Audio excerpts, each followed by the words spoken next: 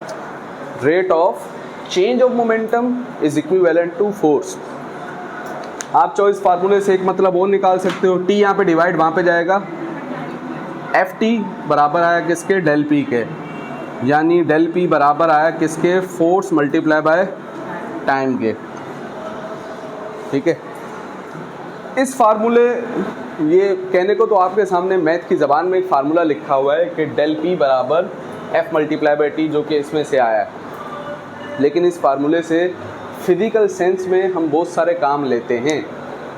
अपनी daily life को इस्तेमाल, अपनी डेली लाइफ में आसानियाँ पैदा करने के लिए साइंस हम पढ़ते इसलिए हैं, या साइंस की जो एप्लीकेशंस है सारी की सारी वो हमारी रोज़मर्रा की ज़िंदगी में क्या पैदा करती हैं, आसानियाँ। लेकिन अच्छा साइंस का स्टूडेंट कौन होता है, जो कि उनके पीछे की वजह जानने की कोशिश करता है कि ये आसानी क्यों पैदा हो रही है, और फिज़िक्स का कौन सा असूल लग रहा है, साइंस का कौन सा असूल लग रहा है जो कि इस आसानी को पैदा कर रहा है। और अच्छा तालिब इल्म, अच्छा स्टूडेंट, अच्छा व्यक्ति फिर उसको समझने की कोशिश करता है। तो आए जी, अच्छे तालिब इल्म होने का प्रयास करते हैं, यानी कोशिश करते हैं। दोस्तों, ये फार्मूले में डेल पी का मतलब होता है चेंज इन मोमेंटम, और चेंज इन किसी भी चीज़ का चेंज कैसे निकालते हैं, फाइनल में से इनिशियल को क्या कर देते हैं, P F minus P I, यूँ भी सोच सकते हैं इसको, final momentum minus initial momentum. सबसे पहले ये बता दें कि मोमेंटम किन दो चीज़ों के ऊपर डिपेंड करता है, मास और वेलोसिटी के ऊपर ना, याद है, the product of mass and velocity is called as momentum. ठीक है, मोमेंटम इन दो चीज़ों के ऊपर क्या करता है सर, डिपेंड करता है, मास के ऊपर और वेलोसिटी के ऊपर। यानी दोस्तों, अगर कोई भी एक बॉडी हो, बड़ी टेक्निकल बात करने लगा हूँ मैं, जब भी आपके सामने फर्ज कर लिया जाए कोई एक बॉडी है, तो उसके पास क्या लाजमी होगा, अगर बॉडी है तो क्या लाजमी होगा, मास तो होगा। ये तो जब बॉडी कह दी जाएगी तो दोस्तों मास होगा। और अगर वो मूव कर रही है तो क्या होगी, वेलोसिटी भी। तो कुछ ना कुछ वेलोसिटी हो, कुछ ना कुछ मास हो, तो उससे क्या बनता है, पी बनता है, मोमेंटम बनता है, यानी क्वांटिटी ऑफ मोशन बनती है। क्या बनता है सर, क्वांटिटी ऑफ मोशन बनती है। ठीक है, अब एक बॉडी अगर मूव कर रही है तो मूविंग बॉडी है डैश, क्या, क्वांटिटी ऑफ मोशन। मैं चाह रहा हूँ दोस्तों इस मूविंग बॉडी को रोकना, हम क्या चाह रहे हैं, उस मूविंग बॉडी को रोकना। मूव करती हुई बॉडी के पास क्या होगा, मोमेंटम, वेलोसिटी होगी, बिल्कुल होगा, मास भी होगा। अब मैं बात कर रहा हूँ मूविंग बॉडी के पास क्या होगा, मोमेंटम। हम चाह रहे हैं इसको रोकना, यानी इसकी क्वांटिटी ऑफ मोशन को क्या करना चाह रहे हो, यानी इसके मोमेंटम को क्या करना चाह रहे हो, ज़ीरो। अगर आप क्या करना चाह रहे हो, उसको रोकना। तो दोस्तों मिसाल के तौर पे एक बॉडी के पास अभी कुछ ना कुछ मोमेंटम है, अभी कुछ ना कुछ क्या है, मोमेंटम है। लेट्स सपोज बॉडी के पास मोमेंटम है 100 NS का, NS मतलब Narendra Singh Newton second. Newton second is the unit of momentum, याद है, ठीक है, मैंने लास्ट क्लास में ड्राइव करके बताया था। एक बॉडी के पास 100 न्यूटन सेकंड का मोमेंटम है, it means the body is moving. मैं चाह रहा हूँ दोस्तों, बड़ी टेक्निकल बात, मैं ये चाह रहा हूँ कि इसका मोमेंटम 100 के बजाय क्या हो जाए, 0 हो जाए। यानी इस हालत में ये मूव कर रहा होगा, तो अगर इस हालत में सोचेंगे तो इस हालत में क्या हो जाएगा सर, रुक जाएगा, यानी इसका मोमेंटम क्या हो जाएगा, 0 हो जाएगा। यानी पहले मोमेंटम कुछ और था, बाद में मोमेंटम कुछ और है। यानी दोस्तों मोमेंटम क्या हो जाएगा, ठीक है, कितने का चेंज आया, तो हम कहेंगे 100 से हो गया 0, तो कितने का चेंज आया, 100 का, तो डेल पी कितना हो जाएगा इसका, 100। फॉर एग्जांपल पहले इसका मोमेंटम था 300 न्यूटन सेकंड, और मैं चाह रहा हूँ इसकी क्वांटिटी ऑफ मोशन हो जाए 0, तो क्या करना पड़ेगा, मोमेंटम को 0। तो बताओ कितने का चेंज आया, 300 से 0, 300 का चेंज आया। अब दोस्तों समझना है बात को। फॉर एग्जांपल इस डेल पी की जगह लिखा हुआ है 300, क्या लिखा है, मैंने फ़र्ज़ कर लिया डेल पी है 300। अगर 300 समझने में मुश्किल हो रही हो तो मान ले 30, चलो आसानी कर लें अपने लिए, ठीक है, सही है। अब फॉर एग्जांपल अगर एक बॉडी मूव कर रही है तो खुद ब खुद रुक जाएगी, नहीं सर, एक मूव करती हुई बॉडी को रोकने के लिए यूनिट क्या, फोर्स। किसकी ज़रूरत है, फोर्स की ज़रूरत है ना, किसकी ज़रूरत है, तो दोस्तों ये फोर्स है। फॉर एग्जांपल मैंने फोर्स लगाई 30 न्यूटन की, कितने की फोर्स लगाई, तो फोर्स 30 न्यूटन की लगाई। उस फोर्स को लगाते हुए, उस बॉडी को रोकते हुए आपको कुछ ना कुछ टाइम लगा, अब मैं आपसे बड़ी टेक्निकल बात पूछने लगा हूँ दोस्तों, सोचना है, आपके हर सवाल का जवाब है, ये समझेंगे, इसके बाद तमाम चीज़ों को खुद ब खुद हमें समझ में आती जाएंगी। समझना ये दोस्तों F30 है। अब बताओ T कितना रखूँ कि जवाब दोबारा 30 आए? 1। कितना सेकंड टाइम रखा मैंने, कितना सेकंड? 1 सेकंड। फोर्स कितने न्यूटन की, मोमेंटम कितने न्यूटन सेकंड का? यानी दोस्तों अगर 30 न्यूटन सेकंड का मोमेंटम में चेंज करवा रहे हो और अगर आप उसके लिए फोर्स लगा रहे हो कितनी देर के लिए, तो आपको कितनी फोर्स लगानी पड़ेगी? 300 न्यूटन की क्या लगानी पड़ेगी? फोर्स। चलो मैंने कहा दोबारा मोमेंटम 30 न्यूटन सेकंड का, दोबारा मोमेंटम कितना? 30 न्यूटन सेकंड का, ठीक है, सही है। अब के बाद दोस्तों मैं फोर्स दे रहा हूँ 15 न्यूटन की। फोर्स में कितने न्यूटन की दे रहा हूँ? 15 को किससे मल्टीप्लाई करें? 30 है। 15 को 2 से मल्टीप्लाई करेंगे ना सर, 30 बनेगा। तो टाइम कितना ले रहे हैं? तभी ये 15 को 2 से करेंगे 30, और यहाँ पर भी बड़ी टेक्निकल बात होने लगी है। चलो दोबारा मोमेंटम कितना है? बॉडी जो मूव कर रही है कितने न्यूटन सेकंड से मूव कर रही है? मैं चाह रहा हूँ उसका मोमेंटम का चेंज 30 न्यूटन सेकंड का है, यानी उसके मोमेंटम को जीरो करवाते हुए, रोकते हुए वी नीड सम फोर्स। जो फोर्स की हमें ज़रूरत पड़ेगी दोस्तों, फॉर एग्जांपल वो फोर्स मैंने दी है 10 न्यूटन की। कितनी फोर्स दी? अब बताओ 10 को किससे मल्टीप्लाई करूँ? 30 है। 10 को किससे मल्टीप्लाई करेंगे, यानी टाइम कितना रखे? दोबारा एक बॉडी मूव कर रही है, it has a quantity of motion 30 newton second and we have to stop it by applying a force. और लेट सपोज मैंने फोर्स दी है कितने न्यूटन की? 5 न्यूटन की फोर्स दी है। बताओ 5 को किससे मल्टीप्लाई करूँ? 30 है। इससे मल्टीप्लाई करेंगे सर, 6 से मल्टीप्लाई करेंगे, जवाब क्या आएगा? 30 आएगा दोस्तों। अच्छा, दोबारा बॉडी के पास मोमेंटम का चेंज है 30 न्यूटन सेकंड का, ठीक है, और अब के बाद मैं फोर्स भी दे रहा हूँ, फोर्स में दे रहा हूँ 1 न्यूटन की। कितने न्यूटन की दे रहा हूँ? अब बताओ 1 को किससे मल्टीप्लाई करूँ? 30 है। किससे मल्टीप्लाई करेंगे सर? 30 से। आम आदमी ये सोच रहा होगा कि यहाँ पे चल रही है मैथमेटिक्स, लेकिन टेक्निकल आदमी अभी कुछ बातें आपके सामने अर्ज करेगा और उसको समझने की कोशिश करनी है। फॉर एग्जांपल दोस्तों, आपकी तरफ एक बॉल आ रही है तेज़ी से, या ऊपर से एक बॉल आ रही है तेज़ी से आपकी तरफ, और आप उसको कैच करना चाह रहे हो। क्या करना चाह रहे हो?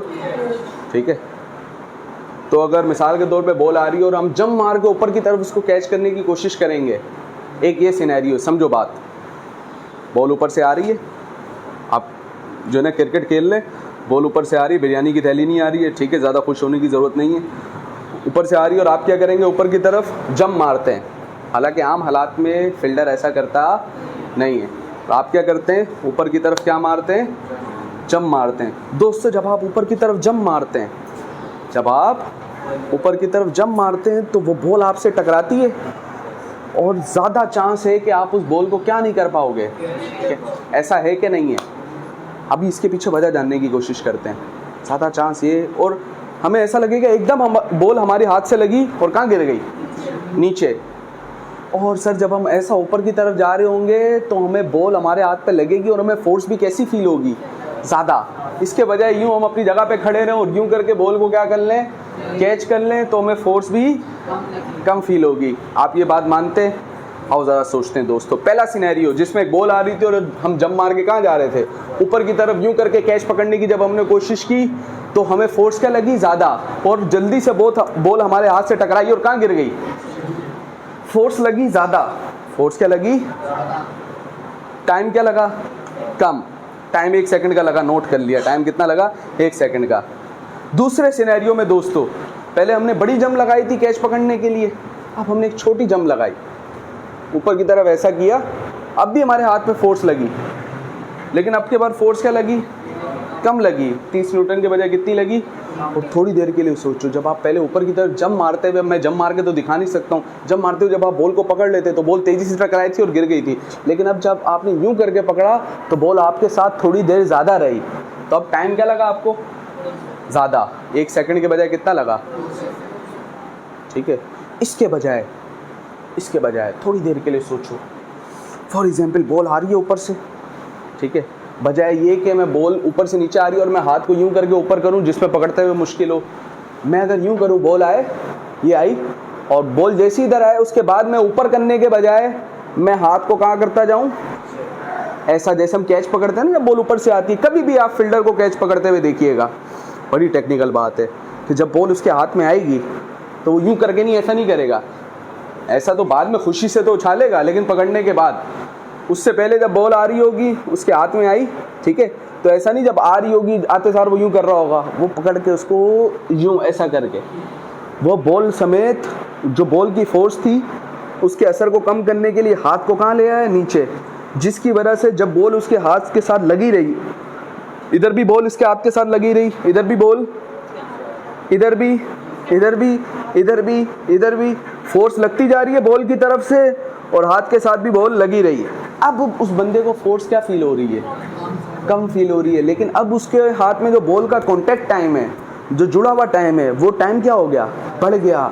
जब फोर्स कम हुई, फोर्स कितने न्यूटन की हुई, 5 न्यूटन की हुई, तो अब उस बॉल को पकड़ते हुए उसको टाइम कितना लगा दोस्तों, 6 सेकंड का लगा, 5 6 30। यहाँ पर भी दोस्तों टेक्निकल बात ये है कि अगर आप, बड़ी टेक्निकल बात, इसका सारे का सबक क्या है, सबक ये दोस्तों कि अगर आप फोर्स के असर को कम करना चाहते हो, यानी किसी जगह पे ज़्यादा फोर्स भी लग रही हो, जैसे भाई फोर्स 30 के हिसाब से लग रही थी, लेकिन यहाँ पे उस फोर्स का असर आपने क्या कर दिया, 30 के बजाय 5 कर दिया, क्या करके, किसको बढ़ा के, टाइम को जब आप बढ़ा दोगे, कॉन्टैक्टिंग टाइम, टकराने का टाइम, कोलिजन का टाइम अगर आप बढ़ा दोगे, उस टाइम को बढ़ने से फोर्स का असर क्या हो जाएगा, कम हो जाएगा, उसके बढ़ने से फोर्स का असर क्या हो जाएगा, कम। जैसे मिसाल के तौर पे दोस्तों, मिसाल के तौर पे आप एक गाड़ी चला रहे हैं, ठीक है, और तेज़ रफ्तार गाड़ी आप चला रहे हैं, आपने ब्रेक मारी, ठीक है, तो आपका इनर्शिया आपको लेके जाना चाहेगा आगे। तेज़ रफ्तार गाड़ी में एकदम ब्रेक मारेंगे तो हम कूद के कहाँ जाना चाहेंगे, आगे, खिड़की की तरफ। लेकिन अगर हम क्या बांध लें, सीट बेल्ट बांध लें, तो होगा क्या, फोर्स का इम्पैक्ट कम दिखेगा। कैसे दिखेगा कम, जब आपने सीट बेल्ट नहीं बांधा तो जो फोर्स जनरेट हुई वो आपको कहाँ लेके जाना चाह रही थी, आगे की तरफ। लेकिन जब आपने सीट बेल्ट बांधा, ठीक है, जब आपने सीट बेल्ट बांधा तो अब आप अपनी फोर्स लगा रहे हो किसके ऊपर, सीट बेल्ट के ऊपर, ठीक है, तो आपका फोर्स लगते हुए सीट बेल्ट के साथ कॉन्टैक्टिंग टाइम क्या हो रहा है, बढ़ रहा है। जब आपका कॉन्टैक्टिंग टाइम बढ़ेगा तो किसका असर कम हो जाएगा, फोर्स का असर क्या हो जाएगा, तो आपका मोमेंटम भी 0 तक आ जाएगा, यानी 30 से 0 की तरफ चला जाएगा, यानी मोमेंटम चेंज भी हो जाएगा, और फोर्स का असर भी क्या हो जाएगा, क्या बढ़ाने से, कॉन्टैक्टिंग टाइम बढ़ाने से फोर्स का असर क्या हो जाएगा। दोस्तों ये टेक्निक हम इस्तेमाल करते हैं फिजिक्स के अंदर, सेफ्टी डिवाइसेस के अंदर, यानी ऐसी चीज़ें जिनके अंदर हादसात का ख़तरा हो, जैसे ऑटोमोबाइल्स हो गई, कार्स हो गई, मोटरसाइकिल्स होंगी, ठीक है, कोई भी आपके पास सिस्टम है, हैवी ऑटोमोबाइल है, उसके अंदर जिसमें एक्सीडेंट का ख़तरा हो, मूवमेंट ज़्यादा हो, फोर्स का असर ज़्यादा हो, तो उस फोर्स के असर को अगर कम करना है तो आप किसको बढ़ा दो, कॉन्टैक्टिंग टाइम को क्या कर दो, बढ़ा दोगे, तो उस फोर्स का असर क्या हो जाएगा। इसमें कह रहे हैं the equation Ft equals to del P, Ft equals to del P is important, अहम है, when it come to consider a number of safety features. जब हम इससे बहुत सारी सेफ्टी की चीज़ें बनाएंगे या इस एप्लीकेशन को इस्तेमाल करेंगे, इस फार्मूले को इस्तेमाल करेंगे हमारी रोज़मर्रा की ज़िंदगी के अंदर, in our daily lifes. If you are moving, अगर आप मूव कर रहे हो, यू हैव मोमेंटम, तो आपके पास क्या है, मोमेंटम। टू स्टॉप मूविंग, अगर आप रुकना चाह रहे हो तो आपको किसकी ज़रूरत पड़ेगी, फोर्स की। A force must be applied according to the equation, इस इक्वेशन के मुताबिक। If you take longer time to stop, अगर आपको रुकते हुए टाइम क्या लग रहा हो, ज़्यादा, तो इसका मतलब फोर्स क्या होती जा रही है आपकी, अगर आपको रुकते हुए टाइम ज़्यादा लग रहा है दोस्तों, तो फोर्स का असर क्या होता जा रहा है, कम होता जा रहा है, तो फोर्स कम होती जाएगी। Smaller force will be used to slow down you, तो फिर आपको रोकने के लिए, स्लो करने के लिए जो फोर्स लगेगी वो क्या लगेगी, कम लगेगी। ऑब्जर्व अ कार, एक कार को सोचें आप, to identify the safety measures taken to reduce the risk of injuries, और वो सेफ्टी आप डिवाइसेस देखिए जो कि रिड्यूस कर रहे हैं, कम कर रहे हैं इंजरीज यानी नुकसानात को क्या कर रहे हैं, कम कर रहे हैं। उन डिवाइसेस को देखिए। In case of road accident, road accident के केस के अंदर the car bumpers and grills are designed to provide extra time to reduce speed before any collision. कि अगर हम किसी गाड़ी को देखते हैं, कार को देखते हैं, तो कार के आगे आपने देखा जालियाँ वगैरह बड़ी से लगाई हुई होती हैं, हैवी कार्स में तो लगी हुई होती हैं, पराडो वगैरह में बड़ी गाड़ियों में तो लगी हुई होती हैं, आगे बम्पर्स लगे हुए होते हैं, ठीक है। उससे क्या होगा, अगर बम्पर्स नहीं होंगे तो जिस भी चीज़ के साथ जाके गाड़ी टकराएगी, जिस भी चीज़ के साथ जाके गाड़ी टकराएगी तो डायरेक्ट गाड़ी हिट कर जाएगी, ठीक है। लेकिन अगर आगे बम्पर्स लगे हुए हों तो जिसके साथ जाके टकराएगी पहले कौन टकराएंगे? बम्पर। कुछ टाइम उधर लगेगा, कुछ टाइम बम्पर। अब ऐसा थोड़ी बम्पर बिल्कुल रोक लेंगे, आप कितना भी तेज ले जाओ, किस भी दीवार में जाके मार दो, बम्पर है भाई बम्पर, किधर भी जाके ठोक दो तो बम्पर बचा लेंगे, बिल्कुल ऐसा नहीं है। बचाएंगे नहीं, लेकिन उसके असर को क्या कर देंगे? कम कर देंगे। हाँ, हल्की फुल्की अगर फोर्स है तो उसमें बचा भी लेंगे, लेकिन अगर बहुत हैवी जगह जाके टकराएगा ये गाड़ी बम्पर वाली, ठीक है, तो पहले उसको टकराते हुए किसके साथ लगेगा? कुछ वक्त बम्पर के साथ, फिर बम्पर टूटे, फिर वो फिर गाड़ी का जो पिछला हिस्सा है, बम्पर के पीछे का हिस्सा है, उसके साथ गाड़ी की टक्कर होगी दीवार के साथ, तो कुछ टाइम उधर लगेगा। यानी आपका कॉन्टैक्ट टाइम क्या हो गया? बढ़ गया। कॉन्टैक्ट टाइम जब आपका बढ़ गया तो अब आपको फोर्स कैसी फील होगी? जब आपको फोर्स कम फील होगी तो इसका मतलब आपका नुकसान क्या होगा? कम होगा। क्योंकि अगर छोटी सी फोर्स हो तो उस पर तो नुकसान नहीं होता है, लेकिन अगर फोर्स क्या हो तो उसमें नुकसान क्या होता है? क्या ख्याल है? ऐसे ही तो ये जो the car bumpers and grill, ये कार बम्पर और ग्रिल आर डिज़ाइन, इनको डिज़ाइन इसलिए किया गया है टू प्रोवाइड, क्योंकि ये देते हैं एक्स्ट्रा टाइम, ज़्यादा टाइम, टू रिड्यूस स्पीड को कम कराने में, बिफोर एनी कोलिजन, असली टक्कर से पहले जो कि गाड़ी के साथ होनी थी। You can find some crumple zones और bumpers on front and back side. इसी तरीके से यही सारी चीज़ें आप बैक साइड पे भी देख सकते हैं अगर पीछे से कोई ठोकता है गाड़ी को। Seat belts are provided to hold the passenger from moving suddenly. इसी तरीके से पैसेंजर्स के साथ सीट बेल्ट भी बांधे जाते हैं जो कि एकदम मूव करने देते। भाई हो सकता है इतनी फोर्स लगे कि सीट बेल्ट भी टूट जाए, लेकिन फिर भी उस फोर्स का असर कैसा फील होगा? कम फील होगा, क्योंकि कॉन्टैक्टिंग टाइम क्या हो जाएगा? आपका बढ़ जाएगा। समझ में आ रही बात? There are extra questions and air bags as well. इसी तरीके से एयर बैग्स, क्वेश्चंस वगैरह रखे हुए होते हैं ताकि उसके साथ कॉन्टैक्टिंग टाइम क्या हो जाए दोस्तों? बढ़ जाए। These measures provide extra time, ये ज़्यादा वक्त देते हैं टू चेंज द मोमेंटम को चेंज करने के लिए। The passenger is inside it, उस पैसेंजर के लिए जो कि अंदर गाड़ी के अंदर मौजूद है। दिस मीन्स डैट, इसका मतलब है force acting on a passenger के ऊपर जो फोर्स लग रही है इज लेस, वो कम हो जाएगी। And to prevent from risk of fatal injuries, और जानलेवा जो इंजरी होगी उससे बचाने के लिए कम फोर्स का होना क्या है? ज़रूरी है। ठीक है, ये आपको बचा लेगी, प्रिवेंट कर लेगी। ठीक है, तो इस तरीके से ये सारी चीज़ें हैं, ये कहलाते हैं सेफ्टी डिवाइसेस, जो कि किस फार्मूले के ऊपर काम करते हैं? Ft = Δp के ऊपर काम करते हैं। क्लियर हो गया? ठीक है, ओके।